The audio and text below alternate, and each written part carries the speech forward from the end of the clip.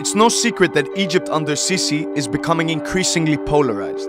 What's hard to fathom, though, for those living outside the country, is just how divided the country has become. Many Egyptians fall into one of two categories. Either you're with what some call the dictatorial status quo, or you're with the terrorists. The status quo referring to the old Mubarak regime and now President Abdel Fattah al-Sisi's government, and the terrorists meaning the Muslim Brotherhood. But does Egypt have a third way? And is it even possible for a third way to exist? After the Arab Spring ended 30 years of Hosni Mubarak's reign, Egyptians voted in a new government, led by the Muslim Brotherhood. But only a year into their rule, millions took to the streets to protest their inability to quickly fix the decades of corruption and economic issues.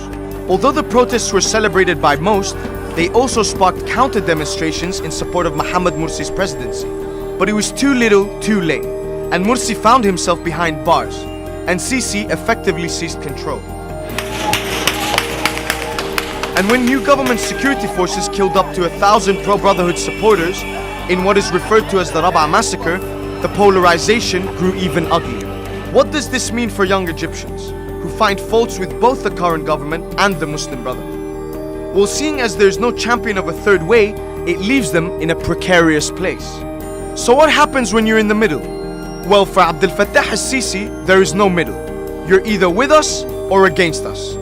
40,000 political prisoners will vouch for that. Many of the prisoners are not even associated with any Islamist organization, but rather are just opponents of the Sisi regime.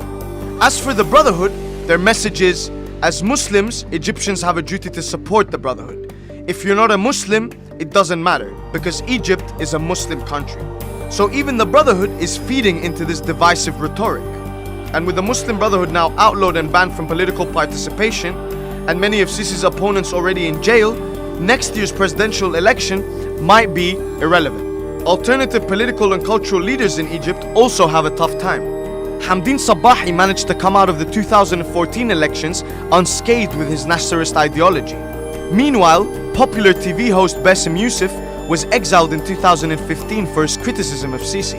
Amra Hamzawi, a political opponent with a liberal viewpoint, also found it difficult to remain in Egypt. And the future of human rights lawyer Khaled Ali, who opposed the government's decision to give the two Red Sea islands to Saudi Arabia, is also up in the air after he recently announced plans to run for next year's elections. Egypt has a long history of violent crackdowns on dissent, but even Mubarak allowed the Muslim Brotherhood to exist. But Sisi is being called Mubarak on steroids, and that may be why there's an even greater lack of political and ideological alternatives in Egypt. Egyptian scholars, academics and artists face the possibility of being fired, jailed or even worse whenever they criticize the failures of the Egyptian state, leaving it difficult for anyone to effectively oppose either side.